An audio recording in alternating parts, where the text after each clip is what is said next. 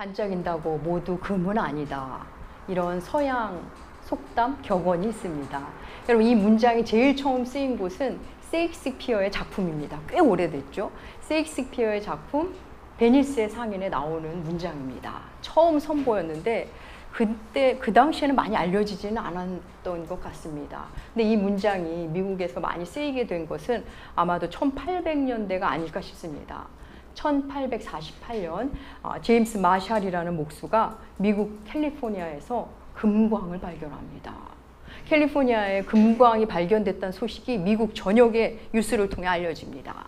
그러자 많은 사람들이 캘리포니아로 모입니다. 기록에 따르면 25만 명이라는 사람이 몰려듭니다. 그곳에 금광이 있어서 금이 많은 것도 사실이었지만 금과 너무 비슷한 가짜 금, 황철광이라는 금속도 같이 묻혀 있었습니다.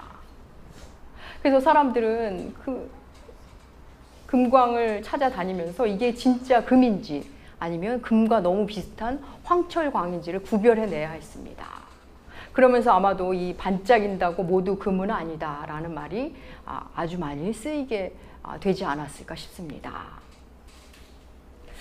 여러분, 금의 가치를 모르는 아이들은 그냥 반짝이면 다 좋아합니다. 사실 아이들에게는 뭐 금이 아니어도 상관없습니다. 그냥 반짝이면 좋습니다.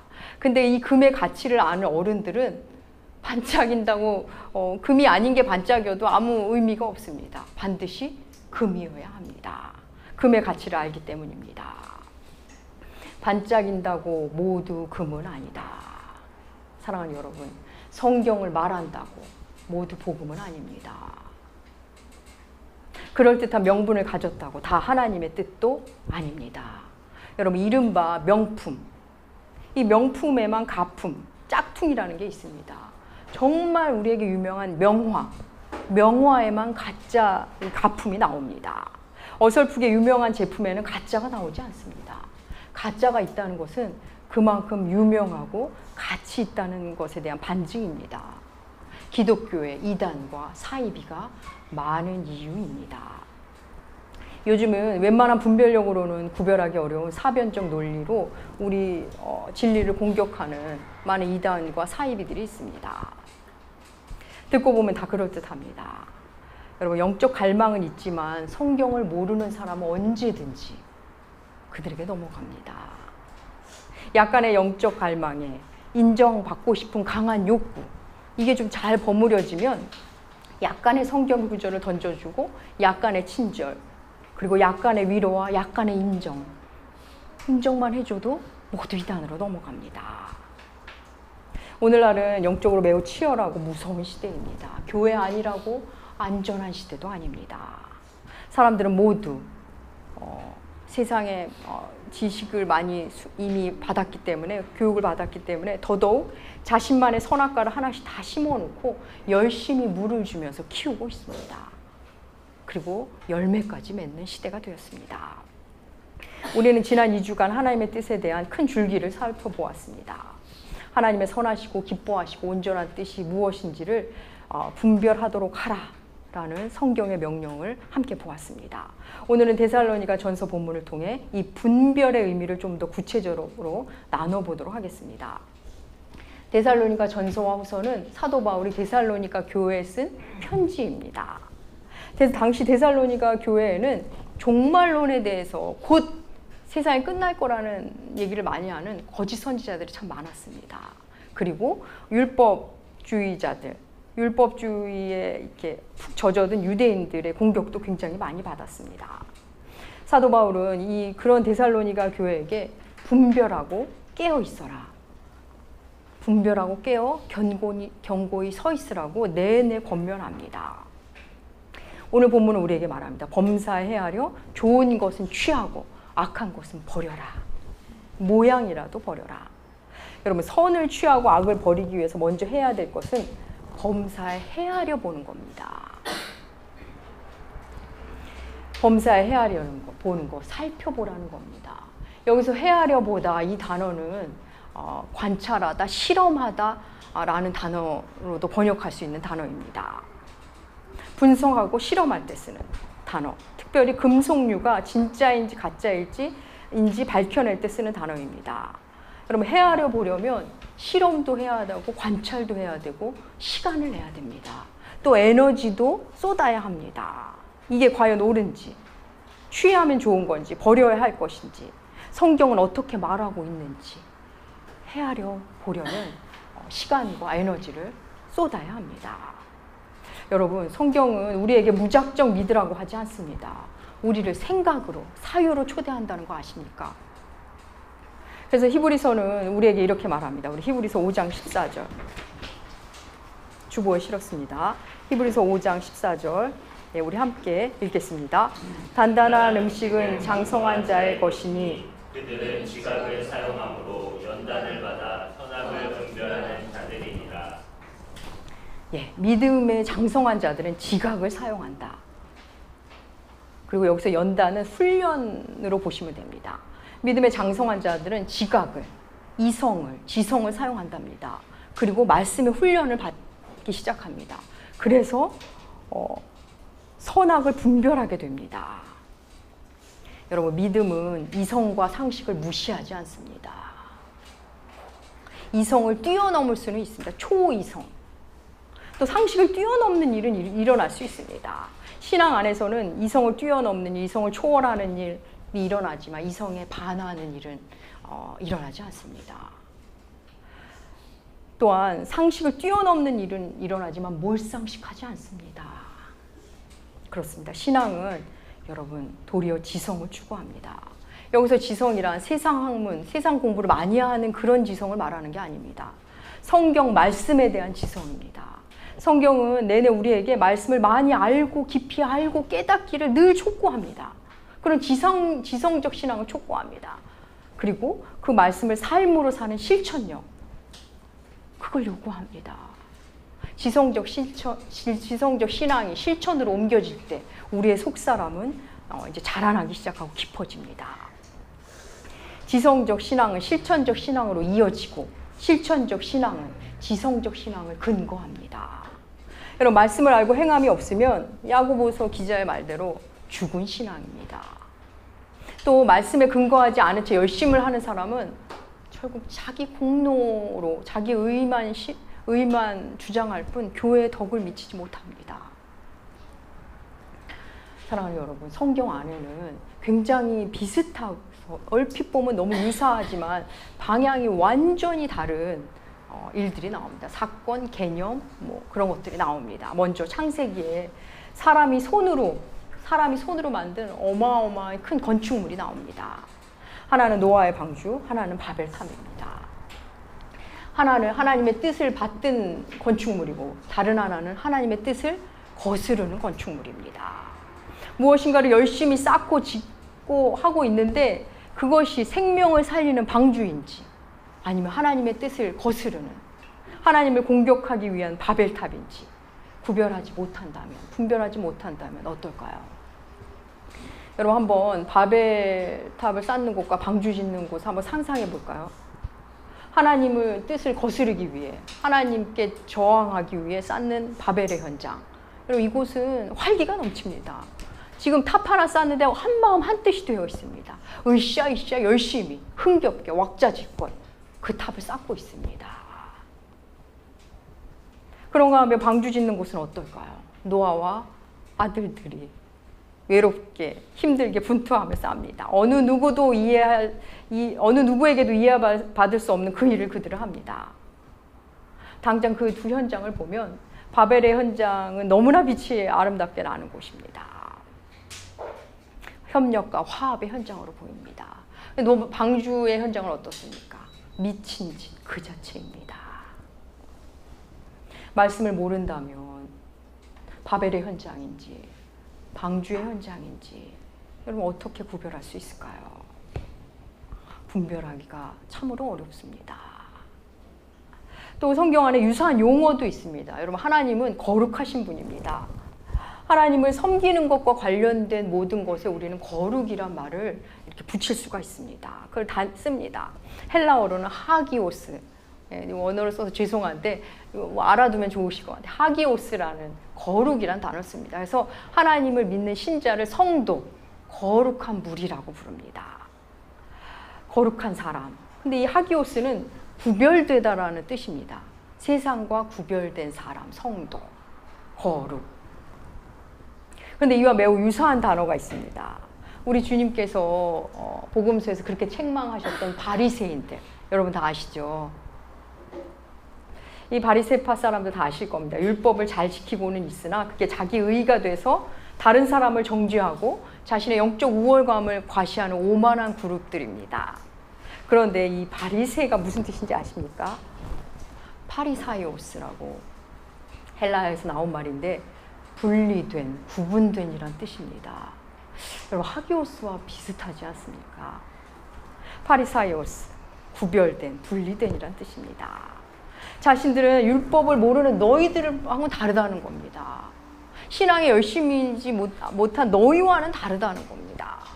그러면서 자기들을 이렇게 구별해 놓습니다. 거룩도 구별이란 뜻이고 바리새도 분별, 분리, 구분이란 뜻입니다.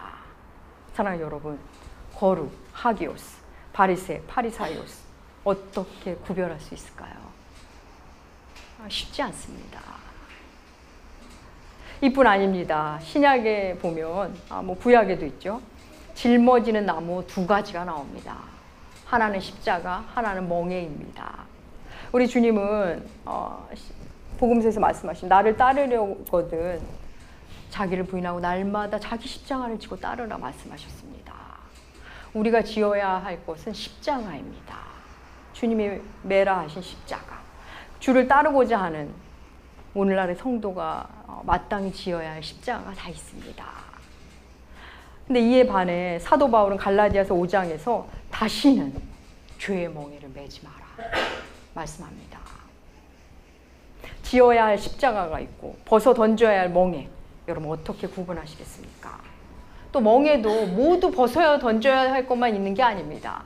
마태복음 11장에 보면 우리 주님께서 수고하고 무거운 짐진 자들아 이렇게 초청하시면서 내가 주는 멍에는 쉽고 가볍다 이런 표현을 하십니다. 멍에 중에는 또 하나 예수가 주시는, 주님이 주시는 또 좋은 멍에가 있다는 겁니다. 여러분 이거 어떻게 구별하시겠습니까?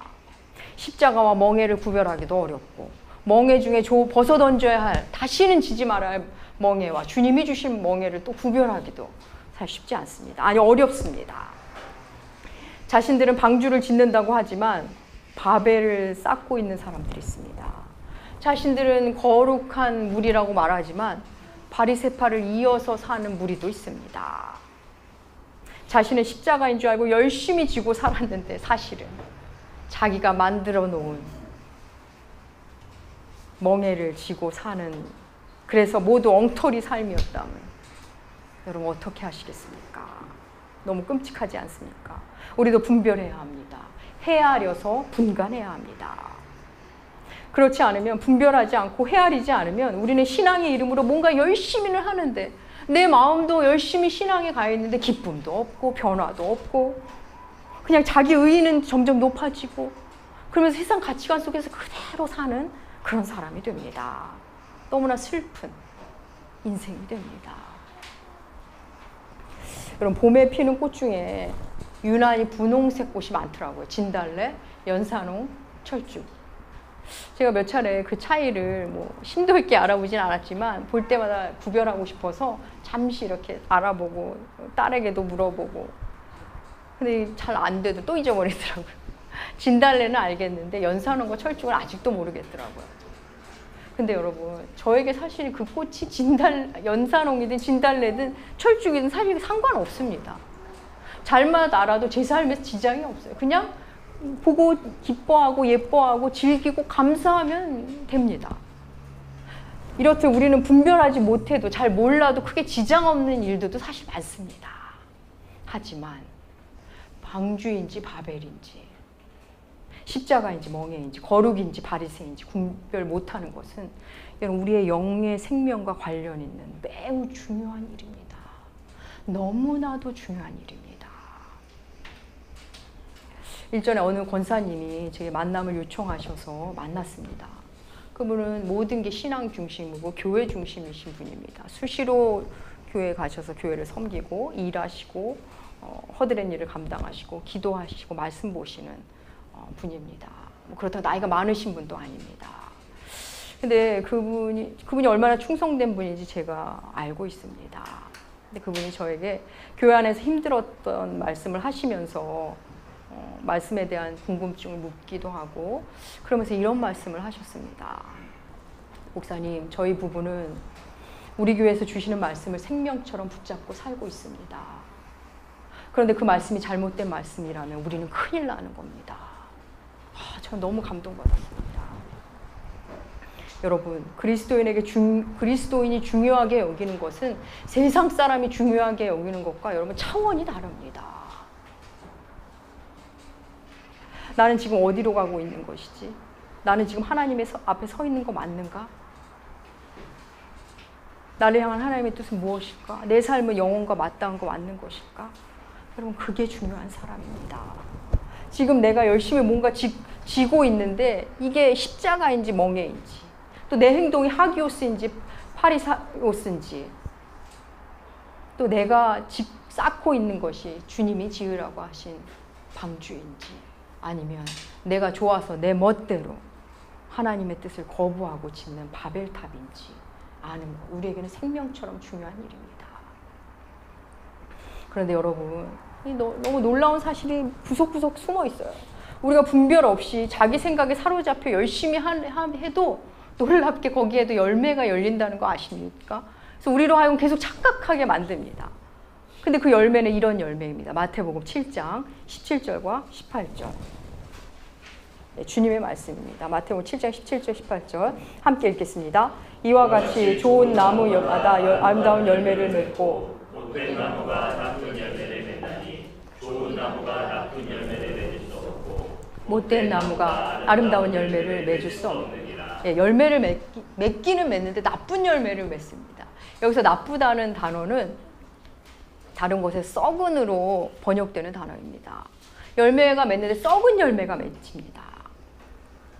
그저 자기 소견대로 타인을 정죄하고 불평하고 험담하고 썩은 열매가 맺습니다. 아무 쓸모없는 열매가 없느니만도 못하는 썩은 열매를 맺습니다. 오늘 본문은 좋은 것을 취하고 악은 어떤 모양으로라도 버려라. 좋은 것을 취하고 악을 버린다. 여러분, 데살로니가 교회 교인들에 있어서 헤아려서 버려야 할 것은 먼저 거짓 교리입니다. 여러분, 거짓 교리를 몰아내기 위해, 분별하기 위해 그들의 거짓된 교리를 연구하고 이에 능통하고 그걸 지적하고 반격하고 물론 뭐 나쁜 일은 아닙니다. 그런데 사실 먼저 해야 될 것은 진리를 아는 겁니다. 가짜를 연구하는 게 아니라 진짜를 만나는 겁니다. 여러분, 위조 지폐를 구별하는 일을 하는 걸 직업인 분들, 그분들이 위조 지폐를 구별하는 힘을 익힐 때 가짜 그 위조 지폐를 연구하지 않는답니다. 진짜 지폐를 한눈에 알아볼 때까지 훈련한다고 합니다. 진짜 지폐를 알면 위조 지폐 아는 것은 쉽답니다. 분명히 그렇겠죠. 위조 지폐란 뭐 다양한 방법으로 만들어내기 때문에. 그렇습니다. 진짜를 알면 가짜를 단번에 알아볼 수 있습니다. 가짜들은 옷을 여러 가지로 갈아입고 또 오기 때문입니다. 여러분, 진리는 언제나 공격을 당합니다. 사탄은 매우 교활해서 거짓과 진리를 아주 교묘하게 섞어서 옷을 갈아입고 진리를 공격합니다. 깨어서 분별해야 합니다. 헤아려라. 범사에 헤아려라. 이 말은 여러분 깨어있는 자만 헤아립니다. 그래서 헤아려라는 말은 깨어있으라의 다른 말입니다. 깨어서 분별해라. 헤아려서 분별하라. 여러분, 우리가 성경이 계속 우리에게 깨어있어라, 깨어라 이런 말을 하잖아요. 왜 자꾸 깨어있으라 말을 한다고 말씀드렸죠? 사탄이 깨어있기 때문에. 사탄은 늘 깨어있습니다. 사탄은 영적 존재이기 때문에 늘 깨어서 너무나도 놀랍고 성실하게 우리 흔드는 일에 열심입니다. 깨어있는 자만이, 헤아리는 자만이 그 영적 공격을 분별할 수 있습니다. 사도 바울은 빌립보 교인들에 위해서 이렇게 기도했습니다. 빌립보서 1장 9절과 10절 전반부 세 번역으로 실어놨습니다. 빌립보서 1장 9절과 10절 함께 읽겠습니다. 내가 여러분을 위하여 기원하는 것은 여러분의 사랑이 참된 지식과 분별력을 갖추어 점점 더 풍성해져서 가장 옳은 것이 무엇인지를 가릴 수 있게 되었으면 하는 것입니다. 예, 사도 바울은 빌립보 교인들이 가장 옳은 것이 무엇인지를 가릴 수 있기를 기도합니다. 가장 옳은 것, 그걸 분별할 수 있기를 기도하는데 그 앞부분에 보면 사랑이 참된 지식과 분별력을 갖추어서, 사랑과 지식이라는 단어가 나옵니다. 하나님을 향한 사랑, 하나님을 아는 지식을 말합니다. 여러분, 분별의 시작은, 분별할 수 있는 힘의 시작은 사랑과 지식입니다. 여러분, 정상적인 목회자라면, 이런 표현을 붙여야 한다는 게 너무 슬픕니다. 그냥 목회자라면 이렇게 말하면 좋겠는데, 하나님을 두려워하고 정상적인 목회자라면 교우들에게 바라는 것은 단 한 가지입니다. 예수를 통해 하나님께 가까이 가는 것. 그것을 통해 믿음의 성숙을, 믿음의 진보를 이루는 겁니다. 그렇습니다. 그래서 분별력을 갖고 이 땅에 남은 삶을 살아내는 것. 그게 성도의 마땅한 바입니다. 사도 바울은 골로새 교회를 위해 이렇게 기도했습니다. 골로새서 1장 9절 후반부. 주보에 실었습니다. 새번역입니다. 함께 읽겠습니다. 우리는 하나님께서 여러분에게 모든 신령한 지혜와 총명으로 하나님의 뜻을 아는 지식을 채워주기. 예. 사도 바울은 골로새 교인들이 하나님의 뜻을 아는 지식이 그 존재에 채워지기를 기도합니다. 그리고 예수를 알아가면 우리의 생각과 우리의 말과 행동에, 우리의 판단 속에 하나님의 뜻이 이렇게 스며듭니다. 부모의 뜻을 아는 자녀는 부모의 뜻을 자기도 모르게 다 압니다. 일일이 이럴 때 이렇게 말 안 해도 부모가 뭘 원하는지 그 존재에 스며 있습니다. 사랑하는 여러분, 예수를 아는 만큼, 예수를 만난 만큼 그만큼씩만 변화됩니다. 예수가 내 안에 사시는 것, 내가 성령의 인도하심 가운데 사는 것, 여러분, 가장 아름다운 변화, 그리고 그 변화는 가장 아름답고 위대한 일입니다. 그것을 아는 게 분별의 시작입니다. 사랑하는 여러분, 내가 지금 잘하고 있는 걸까?